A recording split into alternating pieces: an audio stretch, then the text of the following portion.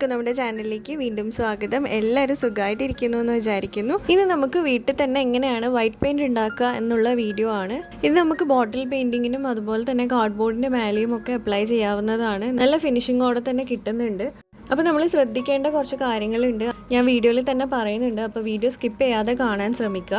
ഏത് കളർ ഉണ്ടാക്കാനും ഈ ഒരു മിക്സ് തന്നെയാണ് നമ്മൾ ചെയ്യേണ്ടത്. അപ്പോൾ ആദ്യം എടുക്കുന്നത് മുഖത്തിടുന്ന പൗഡറാണ് എടുക്കുന്നത്. പൗഡർ എക്സ്പയറി ആയതൊക്കെ ഉണ്ടെങ്കിൽ എടുക്കാം, അതല്ലാന്നുണ്ടെങ്കിൽ കോൺഫ്ലവർ ഉണ്ടെങ്കിൽ കോൺഫ്ലവർ എടുക്കാം, അല്ലെങ്കിൽ മൈദപ്പൊടി ഉണ്ടെങ്കിൽ മൈദപ്പൊടി ആയാലും മതി. അപ്പം ഇത് മൂന്നിൽ ഏത് പൊടി എടുത്താലും കുഴപ്പമില്ല. ഞാനിപ്പം പൗഡറാണ് എടുക്കുന്നത്. അപ്പോൾ അത് 2 സ്പൂണാണ് എടുത്തിരിക്കുന്നത്. 2 സ്പൂൺ പൗഡർ എടുത്തിട്ട് അതിൽ 1 സ്പൂൺ വൈറ്റ് ഗ്ലൂ അല്ലെങ്കിൽ ഫെവിക്കോൾ ഒഴിക്കുക. നമ്മൾ ഈ ചേർക്കുന്നതിൻ്റെ അളവനുസരിച്ചിട്ട് നമ്മളുടെ പെയിൻറ്റിൻ്റെ ടെക്സ്ചർ മാറും. പെയിൻറ്റിൻ്റെ ടെക്സ്ചർ മാറും. ചിലപ്പോൾ നല്ലപോലെ ലൂസായി പോവും, അല്ലെങ്കിൽ കുറച്ച് നല്ല കട്ടിയാവും. അപ്പോൾ എങ്ങനെയായാലും കറക്റ്റ് കൺസിസ്റ്റൻസിയിൽ കിട്ടിയിട്ടില്ലെങ്കിൽ നമ്മൾ പെയിൻറ്റ് ചെയ്യുമ്പോൾ അത് ശരിയായിട്ട് വരില്ല. ഇത് രണ്ടെടുത്തതിന് ശേഷം നമ്മൾ ഇനി വെള്ളമാണ് ചേർക്കേണ്ടത്. അപ്പോൾ വെള്ളം ചേർക്കുമ്പോൾ ശ്രദ്ധിച്ച് ചേർക്കാൻ നോക്കുക. നമുക്ക് മേ ബി ഒരു 1/2 മുതൽ ഒരു സ്പൂൺ വരെ വെള്ളം ആവശ്യം വരുള്ളൂ. അങ്ങനത്തെ ഒരു കണക്ക് പറയാൻ കാര്യം എന്ന് വെച്ചാൽ നിങ്ങൾ എടുക്കുന്ന പൗഡറിൻ്റെയും നിങ്ങൾ കയ്യിലുള്ള ഗ്ലൂവിൻ്റെയും ഒക്കെ തിക്നെസ്സിനൊക്കെ അനുസരിച്ചിരിക്കും ആഡ് ചെയ്യുന്ന വെള്ളം എത്ര വേണം എന്നുള്ളത്. അപ്പോൾ അതുകൊണ്ടാണ് അങ്ങനെ പറയുന്നത്. അപ്പോൾ കുറച്ച് വെള്ളം ആഡ് ചെയ്തിട്ട് നിങ്ങൾ മിക്സ് ചെയ്ത് നോക്കുക. എന്നിട്ട് ആ ഒരു പെയിൻറ്റിൻ്റെ തിക്നെസ് നമുക്ക് കിട്ടുമ്പോൾ അവിടെ നമുക്ക് സ്റ്റോപ്പ് ചെയ്യാം. ഇനിയിപ്പോൾ വെള്ളം കൂടിപ്പോയാൽ എന്താ സംഭവിക്കുക എന്ന് ഞാനിപ്പോൾ കാണിച്ചു തരാം. ഇതിൽ കുറച്ചധികം വെള്ളം ആവുകയാണെങ്കിൽ, അതായത് നമ്മൾ ആഡ് ചെയ്യുന്ന വെള്ളം കൂടുതലാണെങ്കിൽ നമ്മൾ ബോട്ടിലിൽ ഇത് അപ്ലൈ ചെയ്യുമ്പോൾ ഇങ്ങനെയാണ് ഉണ്ടാവുക. ഈ ഒരു ടെക്സ്ചറിൽ എന്ത് വന്നാലും നമുക്കത് പെയിൻറ്റ് അപ്ലൈ ചെയ്യാൻ പറ്റാത്ത അവസ്ഥയിലായിരിക്കും ഉണ്ടാവുക. ഈ വീഡിയോയിൽ കാണുന്ന പോലെ ആയിരിക്കും അതിൻ്റെ റിസൾട്ട് ഉണ്ടാവുക.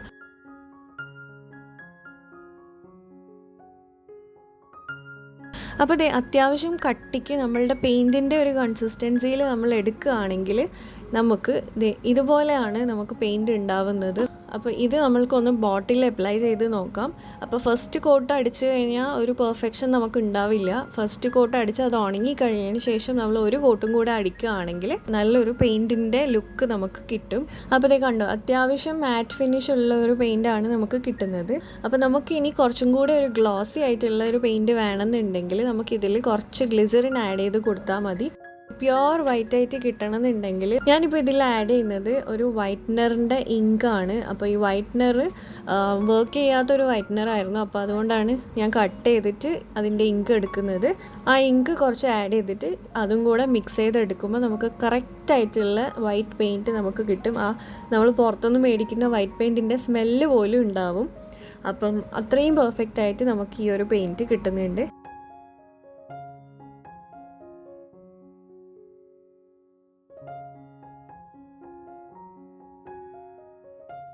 ഇനി നമുക്ക് ഈ ഒരു പെയിൻറ്റ് അപ്ലൈ ചെയ്യുമ്പോൾ എങ്ങനെ ഉണ്ടാവുമെന്ന് കാണിച്ചു തരാം. അപ്പോൾ ഈ ബോട്ടിലിൻ്റെ താഴെ ഭാഗത്ത് നമ്മൾ വൈറ്റ്നറിൻ്റെ ഇങ്ക് ഇല്ലാത്ത പെയിൻറ്റും മേലെ ഭാഗത്ത് നമ്മൾ വൈറ്റ്നർ ആഡ് ചെയ്തിട്ടുള്ള പെയിൻറ്റുമാണ് അപ്ലൈ ചെയ്തിരിക്കുന്നത്. അപ്പോൾ നിങ്ങൾക്ക് ഇവിടെ തന്നെ കാണാൻ പറ്റും, വലിയൊരു ഡിഫറൻസ് ഒന്നും ഇല്ല. ചെറിയൊരു ഗ്ലേസിങ്ങിൻ്റെ ഒരു ഡിഫറൻസ് മാത്രമേ ഉള്ളൂ. അത് ലൈറ്റിൻ്റെ പ്രശ്നം കൊണ്ടാണ് നിങ്ങൾക്ക് ക്ലിയർ ആവാത്തത്.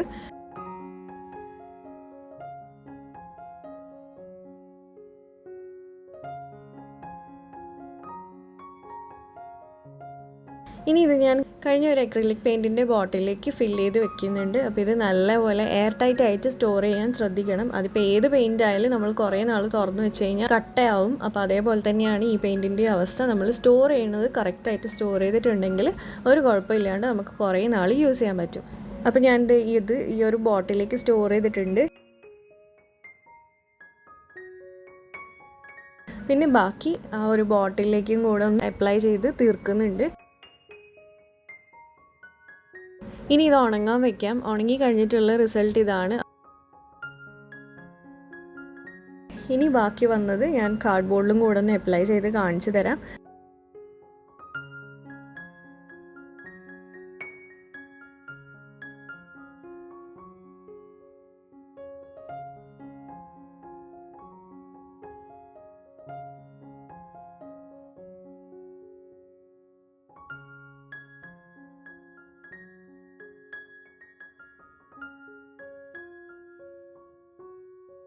അപ്പോൾ ഒരു കോട്ട് അടിക്കുമ്പം ഉള്ള റിസൾട്ടും 2 കോട്ട് അടിച്ച് കഴിയുമ്പോൾ ഉള്ള റിസൾട്ടും ഇങ്ങനെയാണ് ഉണ്ടാവുക.